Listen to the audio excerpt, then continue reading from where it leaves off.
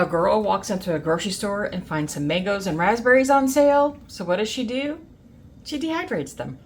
So hey, I'm Darcy from the Purposeful Pantry. I want to be your dehydrating BFF to teach you all the ways that you can dehydrate things that you find on sale at the grocery store to save money and stock your pantry. All right, so what we're working on for today's project are some mangoes, and I've got some nitrile gloves to help hold the mango because they can get really slippery once you start cutting into them. So I'm doing that to help, and I've got a ton of raspberries here that we're gonna make some raspberry powder with. Okay, let's talk about the two ways that you can dry raspberries. You can take your raspberries and put them right on a tray and dry them as they are.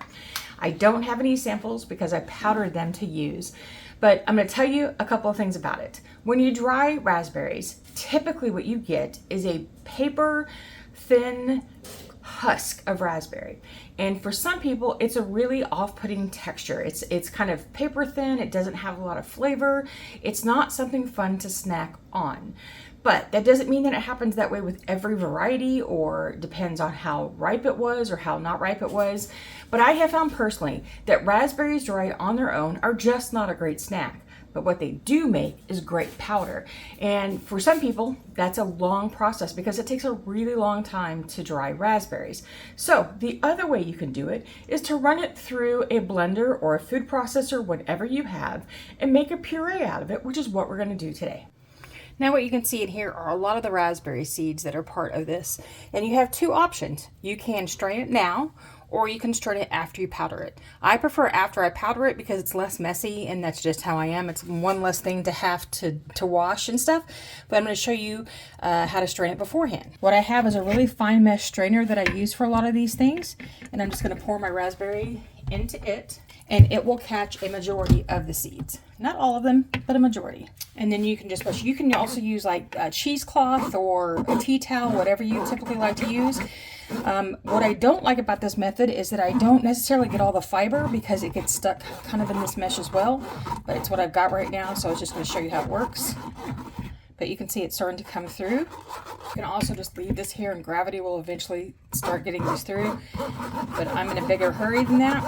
So I mesh it around, shake it a bunch. Just get it to go through. This would work better in cheesecloth because you've got a little bit bigger holes, but I don't have any right now, so we're just going to do this. You can also use a food mill, like when you're doing tomato skins and stuff. I think that would work as well. Okay, so after a bit of work, it's been a couple of minutes, probably 3 or 4 minutes at least, I'm down to this for that first batch. Now, if you want to keep working on this, depending on what you've got, if you still got quite a bit of pulp, you can still work on this or just let it strain on its own. We have worms that we feed. So this is going to go to the worms because the worms provide more compost for us to use to grow the food that we're growing in our gardens. So this little bit I'm not going to keep working on just for me. This has probably gotten rid of 98% of the seeds. I don't know if you can see in here very well. There are a few seeds in there, but so little that it doesn't matter. So for my next feat, I'm going to show you how I hack a lipped liner for my machine. I prefer to go ahead and just create a corner just by folding it over like that and then using a paper clip to secure it. You can use a bulldog, you can staple it if you want, you can do whatever you want. I just create a corner and do this. I really prefer these Teflon sheets for doing fruit leather because they don't stick as much and we're not using any kind of temperature that's going to be a problem with them. You're welcome to use a regular fruit leather sheet without even making a lip, but I know a lot of people are a little wary about doing fruit leather trays or doing fruit leather when there's not a lip because they're afraid they're going to spill it. But you also might like the regular silicone trays. Use whatever you have, whatever you like. And so for some of this raspberry that I've already gotten done, we're just going to pour it into the tray. And then I'm just going to run this around.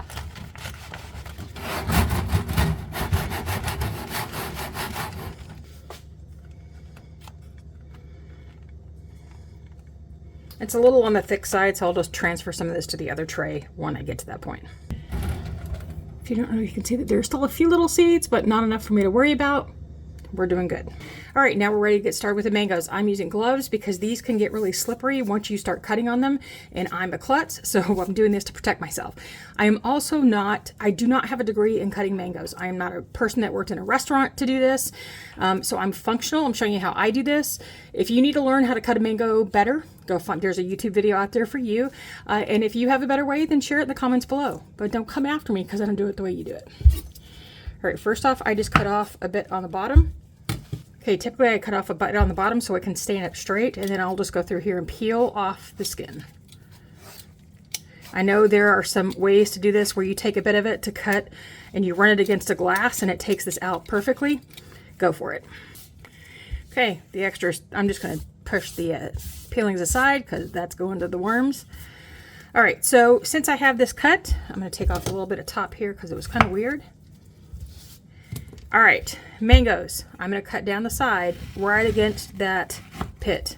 It's got a natural little hard pit right in there that you don't want to use. You just cut down along it. Make sure that everything on the inside. All right, so what I'm going to do is for all of these, I'm going to just cut down some strips and get them ready to dry.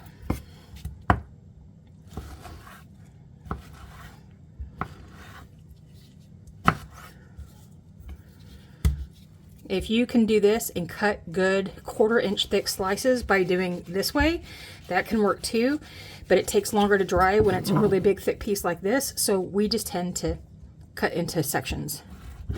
Not as pretty, just as good. Okay, so I'm loading up trays, and we're going to do one tray that's plain, and then we're going to do this one tray of mango pieces that are going to have tahini on them. And it makes it a little bit sweet and spicy, which is my son's favorite thing. He loves spicy everything. So, doing these for him. Okay, this is tahini. This is how we get it. You can make it too, but we just buy it this way. It's easier. All right, these are going to go in. Let's get started drying. All right, we're going to do our fruit at 135-57C until they are done. I never go by time. Okay, we're going to just turn on our temperature to 135-ish. Doesn't have to be perfect. Our time is set way in the future because we don't go by time. We go by if it's dry or not. Let's get this started. Here we go.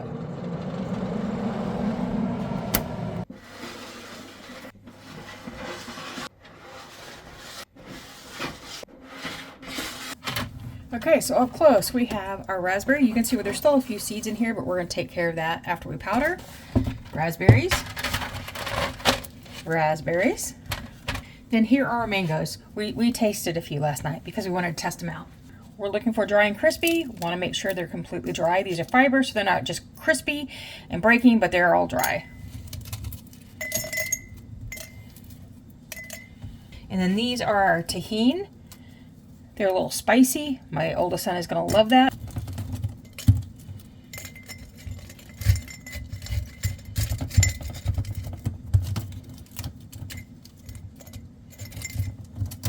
But there you go. There's your mango.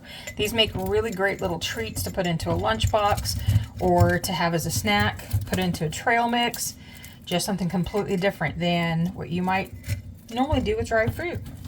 These are going to probably be gone by, I don't know, 3 days, 4 days from now. So I'm not worried about typical storage for us because I know these are going to get eaten up so quickly. But it was a great way to use up those mangoes that we found at the grocery store for on sale. So there's our mangoes. Now let's get started with our raspberry powder. For all of these, I was not looking for fruit leather. So I'm not trying to find something that's gonna roll very easily. So I'm just going to pull these off of the sheets. However, this is gonna roll. You could eat this just like this. You could have raspberry fruit leather. Roll these up, cut them up, put them into a jar, do it just like you would do fruit leather, and it's super yummy stuff. It is so good.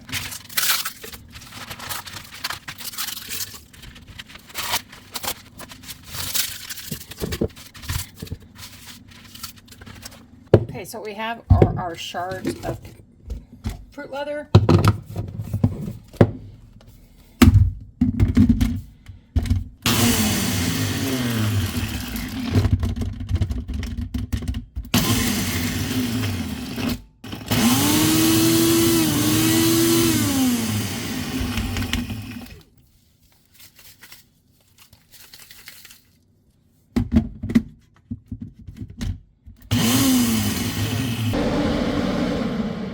And what happens when you forget to wash your strainer and want to make sure it's good and dry before you put your powder through it? Use that dehydrator. It dries really well and you don't have to worry about residual moisture hanging around it. Okay, you can see my powder. I'm just going to take my brush and go through here and make sure that I get all the extra. But it is not pure powder. So at this point, I'm not going to say it's not pure powder. That's silly. So it's a little clumpy. One, because the powder can do that, and then when you add that, grinding it for a long period of time can make it get clumpy because it makes those sugars expand and everything can get a little clumpy. So what we're going to do is run this through the strainer first, and then we can re-dry it. And if your house is humid from weather, there's lots of things that can affect the powder that you're doing and make it get a little clumpy when you're drying. So what I see here is I've got lots and lots of seeds and lots of powder that didn't get completely ground down. We can see shards of powder right there. It's not just the seeds. So what we're going to do is get this all mixed through. And then there's our powder. See right there? And then we'll do our next batch.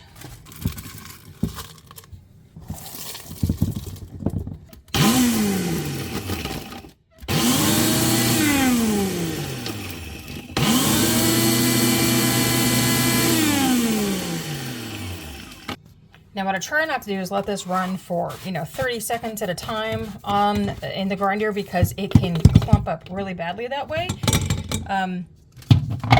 So just do it in pulses, and that way you'll get the best results. Now this might take me a time or two to get through all of the grinding, and I'm okay with that. See, a couple pieces didn't come in. Now I'm feeling this, and it probably should dry for a little longer. So I have a couple of tricks. All right, so I am also not going to waste this little bit of the bits that didn't quite get powdered down fully. I'm going to leave them in here just like they are, and I'm going to put this into a little bag. I am about to have some surgery, and I'm going to be down for a while, and this is going to be something that I'm going to use. I'll use like probably a third of this for tea. So what I'll do is I'll come through here with my reusable tea ball, put some tea in there, and also add in some of the raspberry, because we have raspberry flavoring that's in here, and it will infuse in my tea and will make my tea taste better. So that's what we're going to do with that leftover, and then once it's been used, I can put it in the compost pile. All right, the next thing that I do at this point is I take a cookie sheet just like this, and I put one of my Teflon sheets over it, and I put one of my fruit leather sheets over it, and I'm going to put my powder back onto this cookie sheet. This is called conditioning your powder. It's kind of the same thing that we do when we condition all of our food before we store it. We can do the same thing to our powder. And what I want to do is make sure that any kind of moisture that's sitting in this powder right now is helped to release. A lot of the clumping that happens isn't necessarily moisture, it's the sugar. And when the sugar gets moist, when the sugar gets warm, or when the sugar gets moist, it can expand and start clumping a little bit. But what we want to do is make sure that whatever moisture might still be in this product is gone. So I'm going to turn my oven on to its lowest temperature setting and let it warm up a little bit. Then I'm going to turn it off. Then I'm going to slide this into my oven, and I'm going to let it sit there for about 10 minutes. And what it's going to do, it's going to help release any kind of moisture that's already in here. Okay, it's had some time, and what you might find is when you pull yours out, you might find the very top of it is crusted over. It's fine, that's what happens. All you have to do is just break it up with your fingers, and it will break up just fine. And now we're going to store this back into our jar.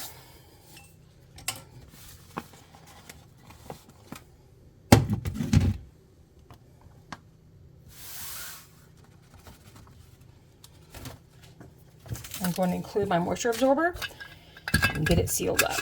I do not vacuum seal my powders because I don't think they need it.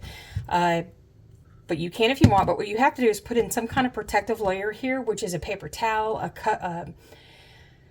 what you have to do then, if you're going to vacuum seal this, is that you have to put some kind of protective layer between the powder and your jar lid, which will be some paper towel, or maybe even a muffin tin, cupcake paper, muffin paper, anything like that, or cut down coffee filter can do that. But I'm telling you that most of the time I don't do that, because I find that sometimes it actually makes the clumping process worse. So here we go. Now, how we're going to use this. In our family, we do really basic things. We're going to take some yogurt.